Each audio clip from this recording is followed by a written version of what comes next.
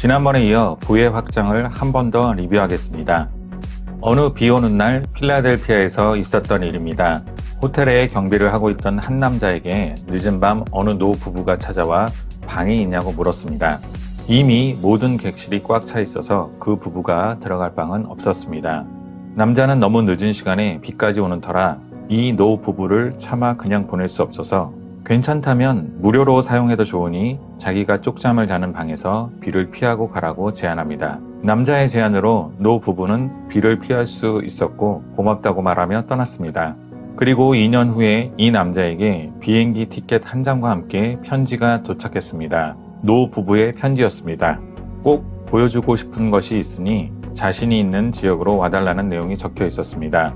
남자는 비행기를 타고 그 노 부부가 있는 뉴욕으로 갔습니다. 남자를 반갑게 맞이한 노 부부가 그를 이끌고 간 것은 아주 큰 호텔이었습니다. 그리고 노 부부는 뜻밖의 엄청난 제안을 합니다. 이 호텔은 당신을 위해 지었습니다. 나는 당신이 이 호텔을 운영했으면 합니다. 호텔 왕이라고 불린 조지 볼트의 실제 이야기입니다. 작은 친절이 만든 기적과도 같은 이야기라 세상은 말하지만 조금 다르게 생각해 보시길 바랍니다. 조지 볼트가 행했던 친절이란 무형 자산이 노 부부의 유형 자산과 만났던 것입니다. 하나의 기회가 만들어졌고 그 기회를 조지 볼트는 보기 좋게 잡은 것입니다. 조지 볼트가 보여준 무형 자산 안에는 호텔을 경영하는 데 필요한 고객을 향한 진심이 들어 있었습니다. 그 진심의 가치가 한 호텔의 경영권을 맡기기에 충분하다는 설득을 만들어낸 것입니다. 무형 자산이 기회를 만나면 어떻게 세상의 유형 자산과 연결될 수 있는지를 설명할 수 있는 하나의 좋은 사례입니다. 당신이 만나게 될 수많은 사람이, 당신이 마주할 수많은 현상이, 당신이 오늘 하루 걸어가며 보았던 수많은 광고가 어쩌면 당신이 놓치지 말아야 할 기회인지도 모릅니다. 사람들을, 현상들을, 흔한 광고들을 집중해서 바라보는 것, 그리고 끊임없이 그것들이 서로 연결될 수 있는지를 고민하는 것, 이런 행동들이 부의 연결을 이룬 사람들이 본능적으로 시도하고 있는 것입니다. 기회가 없는 것이 아닙니다. 기회에 집중할 수 있는 사람이 적을 뿐입니다. 시장도 경제도 어렵다는 이야기만 듣고 있습니다. 안 어려웠던 적이 없는 것 같습니다. 시장도 좋고 상황도 좋다면 쉽게 성공할 수 있을까요? 삶이란 낙관해도 되는 것일까요? 냉철한 비판만 하다 보면 결국 어느 것 하나 행복하지 않고 불만투성이인 표정으로 삶을 마감하게 되지 않을까요? 낙관주의에 대해 이런 말이 있습니다. 낙관주의자는 사과가 저절로 생기기를 기대하는 사람이고 긍정주의자는 사과나무 아래서 사과가 떨어지길 기다리는 사람이다. 나아가 사과를 떨어뜨리려고 막대기를 준비하는 사람이다. 긍정주의자는 스스로 움직여 유리한 환경을 만드는 사람이고 낙관주의자는 움직이지도 않는 사람이라는 것입니다. 그래서 우리는 낙관주의자가 아닌 긍정주의자가 되어야 합니다.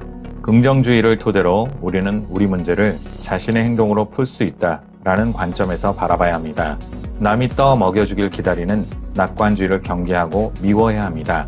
내가 나의 행동으로 직접 영향을 미칠 수 있는 것만 쳐다봐야 합니다.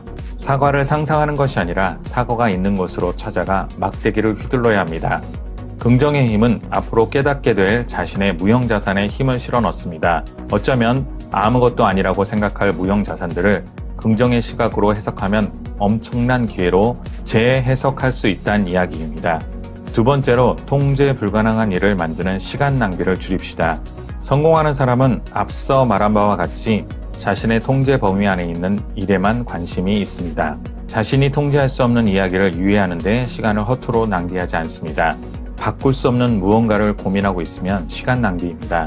성장 환경을 욕하고 학벌을 욕하고 법을 욕하고 시장을 욕하고 대통령을 욕하고 대기업을 욕하면 뭘 하겠습니까? 이런 일들에 대해서 내가 영향을 미칠 것이 없습니다. 남 이야기에 시간을 쏟는 사람은 자기 일에 집중할 시간이 없습니다. 불행한 사람일수록 악성 댓글을 많이 단다는 사회조사 결과도 있습니다. 빌어먹을 사회 때문에 자신이 노력할 가치가 없다는 핑계를 찾지 마십시오. 내가 조금이라도 움직이면 더 나은 결과로 이어질 것이라고 믿는 사람을 진취주의자라고 부릅니다. 아무리 작은 실패를 겪어도 그 노력이 무형자산으로 쌓여간다는 것을 인지하는 것이 진취주의입니다. 진취주의는 오히려 멈춰있음을 두려워합니다. 진취주의는 새로운 지식을 받아들이는 데 있어서 그 고단한 과정을 즐기게 만드는 힘입니다. 이리 보면 모든 분야의 고수는 이미 그 분야의 진취주의자라고 볼 수 있습니다. 동기부여 저자인 토니 로빈스는 80%는 심리이고 20%만 기술이라고 했습니다. 내 심리야말로 스스로 통제할 수 있는 기본입니다.